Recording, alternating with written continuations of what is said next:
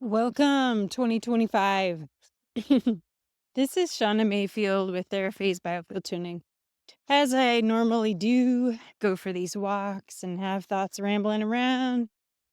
I'm thinking about the new year, basically speaking to myself, but sharing with others here as I contemplate the claiming of power, the claiming and use of potential and radiating that energetically out through my body, my actions, and really just ending the cycle of inhibitions or whatever's getting in the way of accessing and expressing and being in flow with full potential. I want to turn all the lights on. I want to see in these areas that have been excluded from my sight so that I can liberate that energy that's been stored and stuck out of flow. That's exactly what biofield tuning assists in with that process. Recalibrating and integrating bits and pieces of shrapnel that's been left behind on the timeline. I'm not interested any longer in putting attention on things that are wasteful, energetic waste. And you know what I'm talking about. Negative feedback loop mindsets, old patterns, habitual pitfalls. And it's just time to shift and change. And I know it's difficult when patterns are so deeply engrooved and often unconscious. So this is just a continuation in the process of unveiling, revealing, and integrating the light that I am.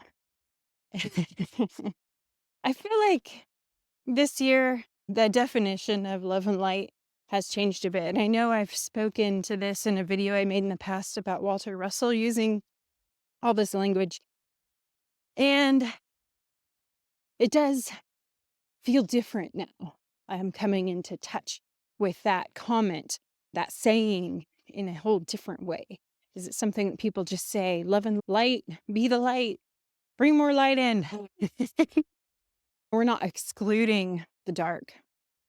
I never bought into that. And so we are really centering in the dance between the expressions of these types of ways of being and modes. But there's the fulcrum point, as Walter Russell talks about. So this is just welcoming that fresh insight and perception into the new year as I move forward. And so much is up for an adjustment.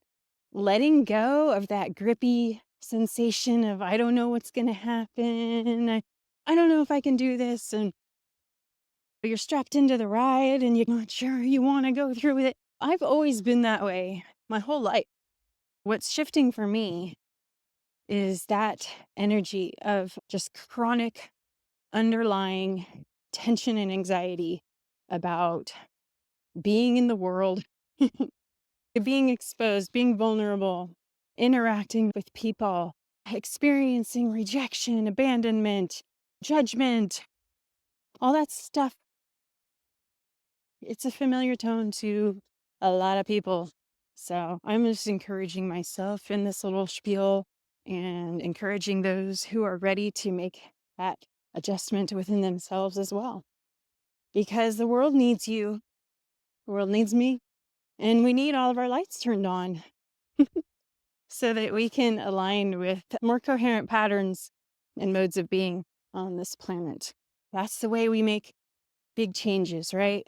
There's too many other things to focus on that want to put you in that pattern of break breakdown and disorder and chaos, just feeling maybe powerless, apathetic. There's nothing you can do. That is a ridiculous way to be. How miserable that has been, right? If you feel in your life that there's places where you stopped caring.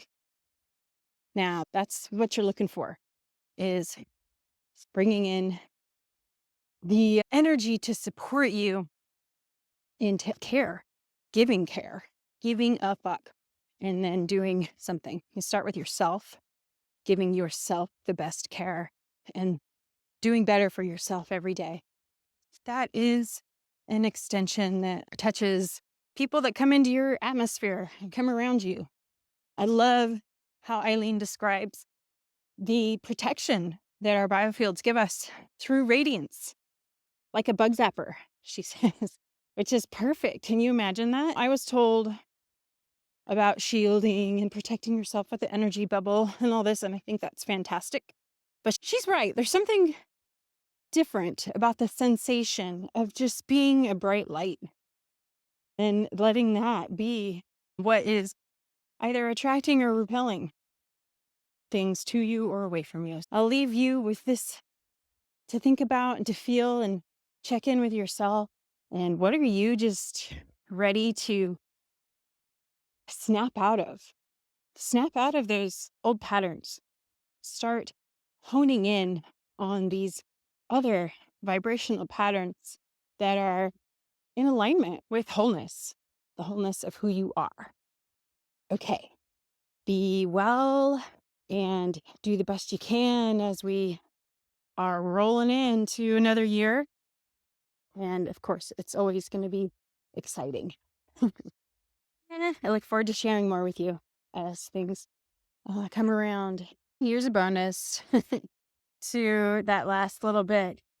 Because originally, what I was thinking about is how if you're experiencing any kind of division between yourself and, say, your family, for example, not everybody has this perfectly harmonious, structured family life where everybody's talking nice to each other and getting along just fine. These relationships are highly likely to be siphoning your energy. This can happen because you care so much. Funny enough. But sometimes there's just not anything. I'd say most of the time you just can't fix it. You're not going to fix the other person. Start with yourself and where you're at. The creek is raging right now. I apologize if that's loud. But essentially, what I'm talking about is energy here on this channel and things that come up in my life that are likely coming up in other people's life. And division in the dynamics of family is pretty common. And so what I'm asking you to do is to bring attention to that in a new way and reframe it, repattern it so that it's not connected with pain, sadness, grief, loss, all of those emotions that hold you down or make you feel like you're underneath a big, wet, heavy blanket. Or maybe it's making it really combustible and there's still a lot of anger. So there's something to work with there, but it's not for anybody else. It's for you. I will tell you right now, personally, I have had to reconnect to all of these people in my life, mostly from my childhood, my past, my mother, and even my son, who is going to be 25, who is going through some of his own challenges right now. It's too difficult to carry all of that into your life, into your next phase of whatever you're doing next this year. So it's a really good time to clear that signal.